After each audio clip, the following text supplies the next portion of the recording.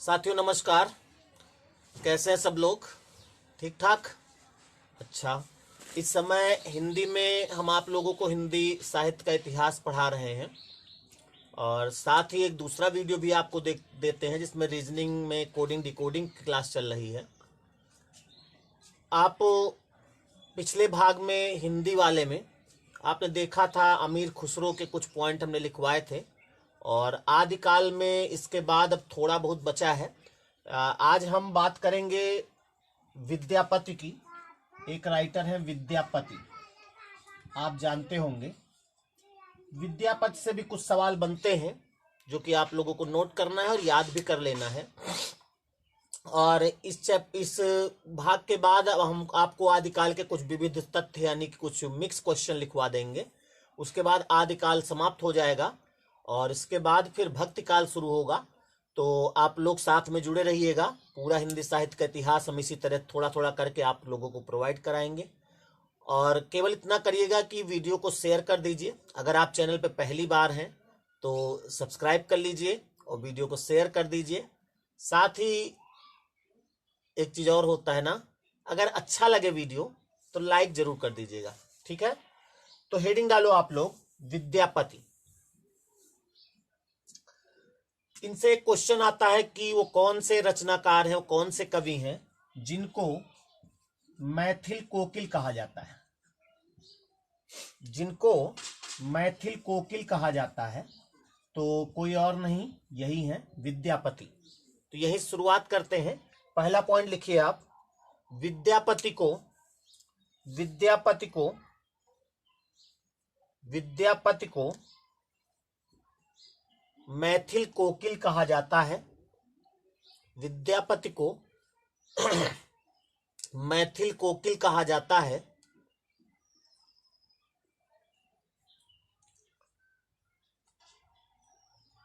अगली लाइन से लिखो, विद्यापति के अधिकतर पद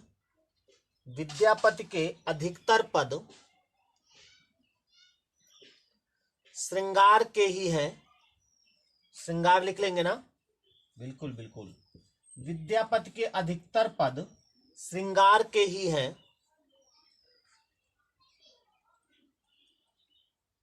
इसीलिए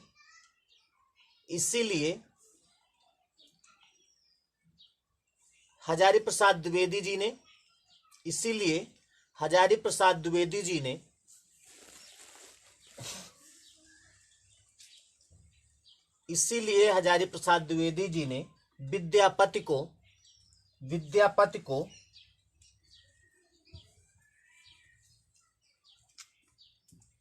विद्यापति को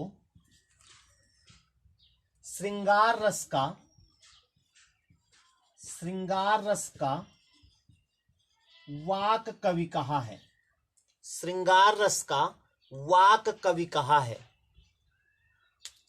इसीलिए हजारी प्रसाद द्विवेदी जी ने विद्यापति को श्रृंगार रस का वाक कवि कहा है।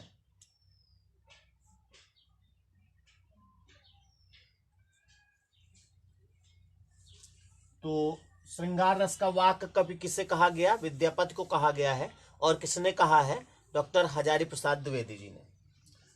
एक नाम आप जानते होंगे, ग्रियर्सन। शुरुआत में हमने लिखवाया है और जो लोग मान लिया शुरुआत के भाग नहीं देख पाए हैं तो आप डिस्क्रिप्शन में देखिएगा, हमने लगभग सभी भागों की लिंक डाल दी है।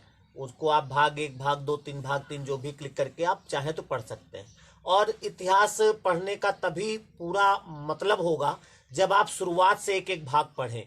अगर एक ही भाग पढ़ लिए तो यही पॉइंट भले मिल जाए लेकिन पूरा आदिकाल आपको समझ में नहीं आएगा। और जब शुरुआत से आप एक एक भाग पढ़ेंगे तो पूरा समझ में आ जाएगा। और केवल पढ़े ही नहीं, इसको एक जगह नोट भी कर लें।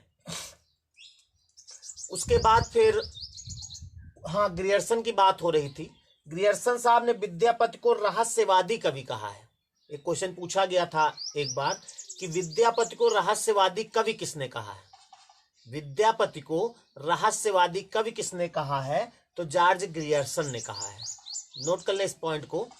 जॉर्ज ग्रियर्सन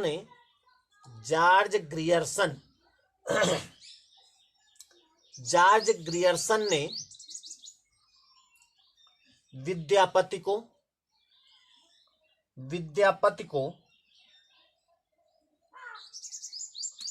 रहस्यवादी कवि कहा है। रहस्यवादी कवि कहा है।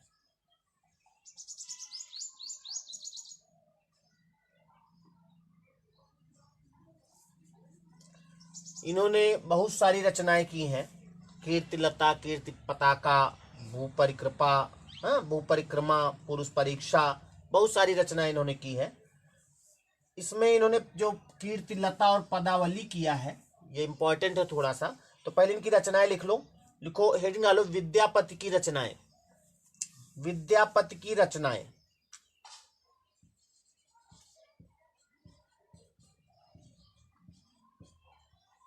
लिखो, नंबर 1 कीर्तिलता, नंबर 2 कीर्ति पताका,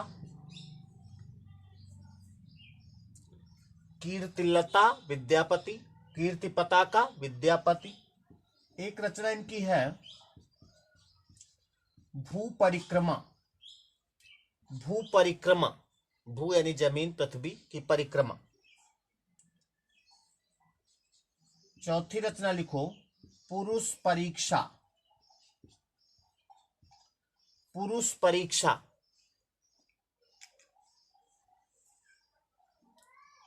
उसके बाद एक रचना और इनकी है लिखनावली।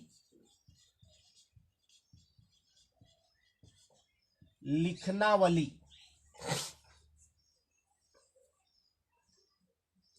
पांच हो गई। फिर लिखो विभाग सार। विभाग सार।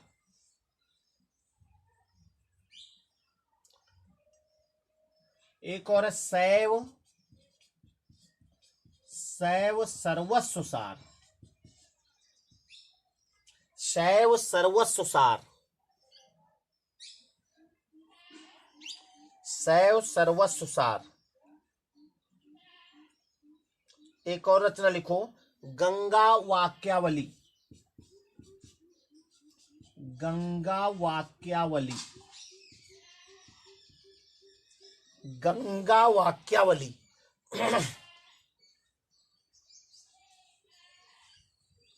और एक रचना और इनकी जो इंपॉर्टेंट है, पदावली।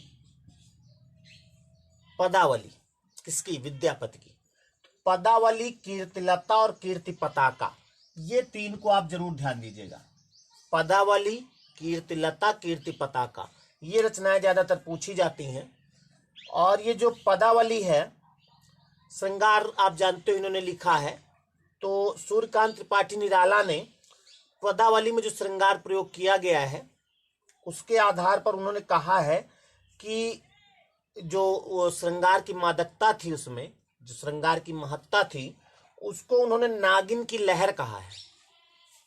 नागिन की लहर, यहां दिखेगा, नागिन की लहर। यानी पदावली में जो इन्होंने श्रृंगार प्रयोग किया गया है, तो उसकी मादकता, यानी श्रृंगार की मादकता को इन्होंने नागिन की लहर कहा है। किसने? सूर्यकांत त्रिपाठी निराला ने। तो लिख लो इस पॉइंट को। सूर्यकांत त्रिपाठी निराला ने, सूर्यकांत त्रिपाठी निराला ने, सूर्यकांत त्रिपाठी निराला ने पदावली के, पदावली की रचना है, पदावली के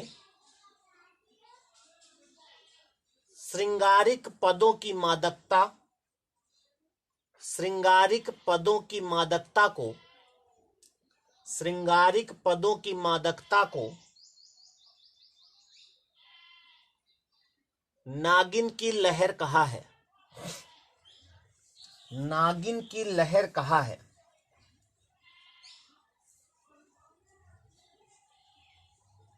मिटा दें। ये रचनाएं जो हैं, इनको आप याद जरूर कर लीजिएगा।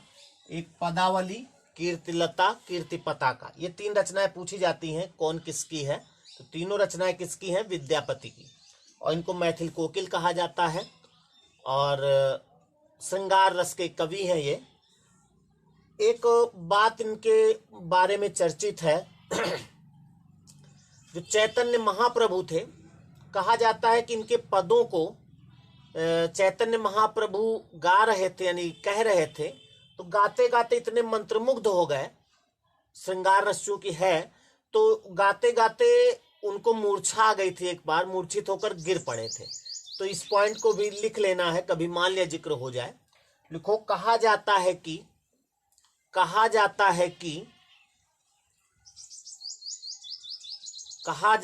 कि विद्यापति के पदों को गाते गाते, विद्यापति के पदों को गाते गाते विद्यापति के पदों को गाते गाते चैतन्य महाप्रभु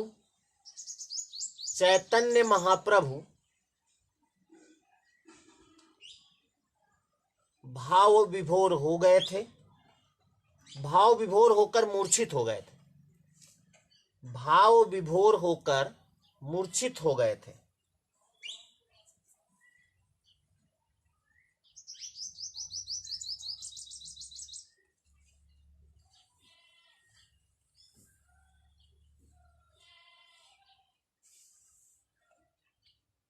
समझ में आ गई बात? तो ये कुछ पॉइंट थे जो कि विद्यापति से आदिकाल के संबंध में थे, जो हमारे हिसाब से प्रमुख थे, उनको मैंने लिखवा दिया है। और इस तरह से विद्यापति का टॉपिक भी समाप्त हुआ।